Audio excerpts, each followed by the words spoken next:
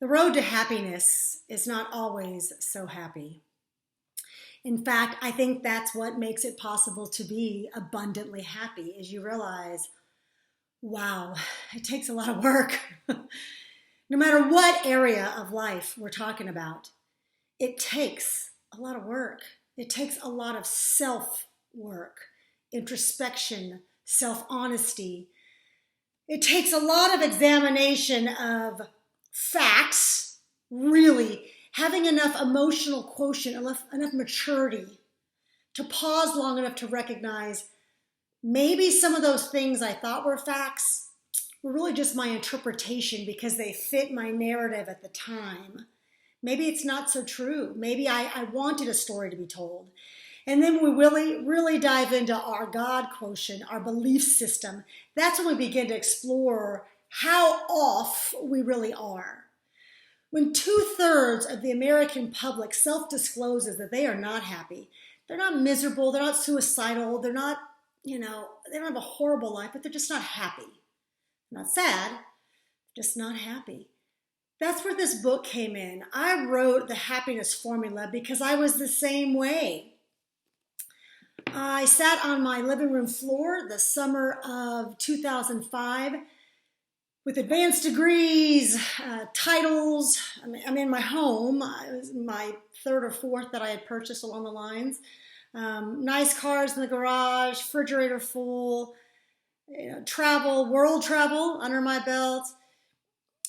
I'd been married, had kids. I didn't know what else to do to get to that coveted level of just happiness. I was like a lot of people. They just think, God, there's got to be more. Or I'm missing something. For me, because I had been working on my intellectual quotient. That was my training, my mind and information and data and facts and stats and reanalyzing them.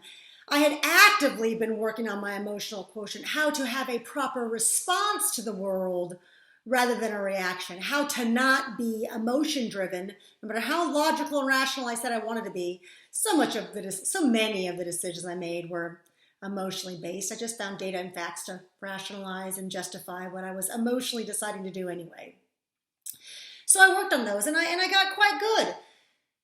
For me, what was missing was this God system. It was this belief system, a solid belief system that I could rely on, a place where I could go to tell me how to therefore deal with my emotions, how to therefore interpret the data and the facts.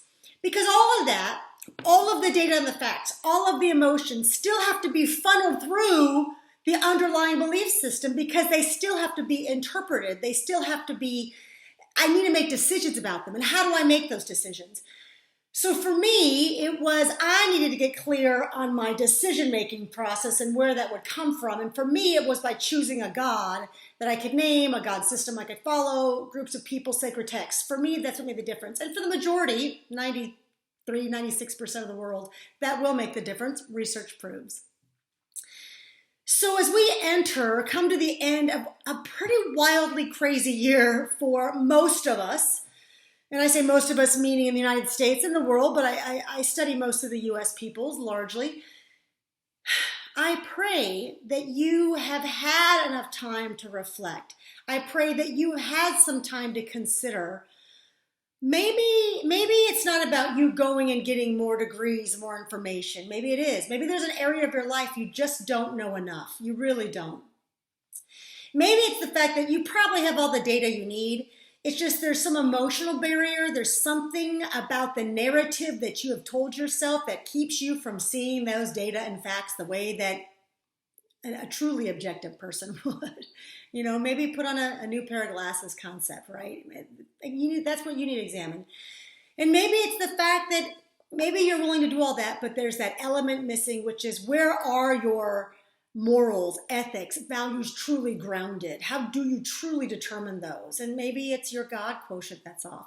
Either way, I really do pray that you are coming to the end of this attitude that, it's okay, life's all right. I'm not sad, I'm not depressed, I'm not miserable, And that you realize abundant joy-filled, overwhelming, overflowing, mind-blowing happiness is possible. It's possible. It's possible, folks. I've been doing it. I've been living it. And that doesn't mean bad things don't happen. It's not about that. It's about true, abundant, outrageous, mind-blowing happiness because you have a system, and this might be the place for you to start. Get my book. Go to KassandraVitacca.com. Check out the videos. I have so many resources for you. I'm a coach. I can work with you individually. I'm a speaker. I can come speak to your group. I'm an author. I write constantly. So get to know me, and let's increase your happiness quotient. So 2021 could be a year of joy-filled, abundant, outrageous, amazing, mind-blowing happiness. Shalom.